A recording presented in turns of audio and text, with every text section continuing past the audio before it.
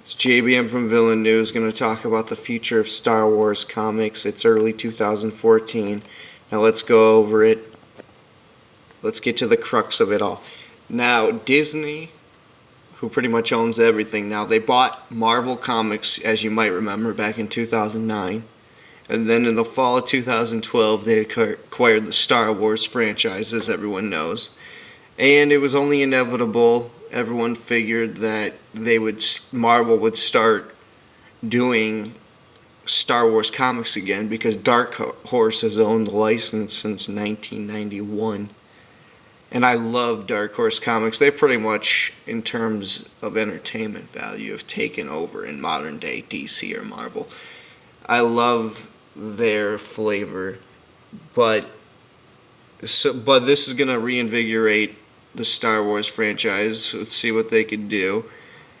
The announcement is that they reacquired exclusive rights starting in 2015 to the Star Wars franchise for comic books.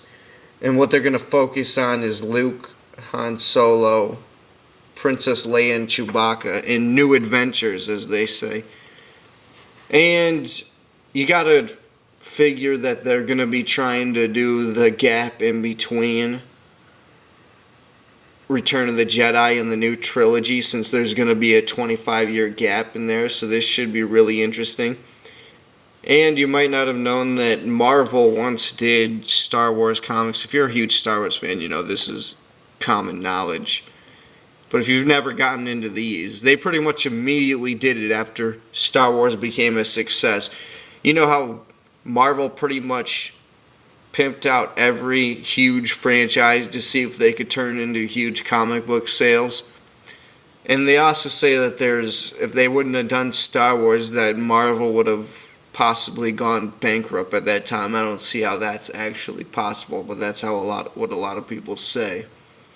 And they were known for having amazing covers, astounding covers with misleading actions like this. This is part 6 of the adaptation, the climax of the Star Wars 1977 movie adaptation for comic book.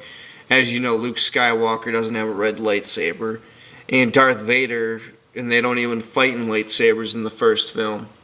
And the franchise in the comic books were known. They didn't have much of a creative leash to go on because they couldn't advance the characters or confront Luke Skywalker and Vader at all, because that was all left up to George Lucas and the sequel.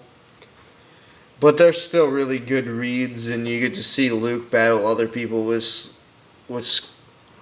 lightsabers, and they expand on the mythos. And I've read about 30 of the 100. They made them all the way from 1977 to 1986. And I've read about 30 or 40 out of the 115 that they made. So definitely check those out. But then as for Dark Horse, when they took over in 1991, what they tried to do was sequels to the original trilogy and the Thrawn trilogy with Dark Empire, which could still be incorporated, including Palpatine clone subplots, but that all remains to be seen. I talk about those in other Star Wars Episode 7 videos. Click on my channel to hear more in-depth podcast talks about that. So, huge news. This should bring some life to the franchise in terms of comic books. It's not like Dark Horse ever ignored them. They've done a lot of Star Wars. Just in recent years, they started doing one set right after the events of 1977 recently. I tried to buy those comics. I haven't got them yet. Can't wait to read those. And then they did the original screenplay of George Lucas's adaptation, which got a lot of buzz. So we'll see how everything goes.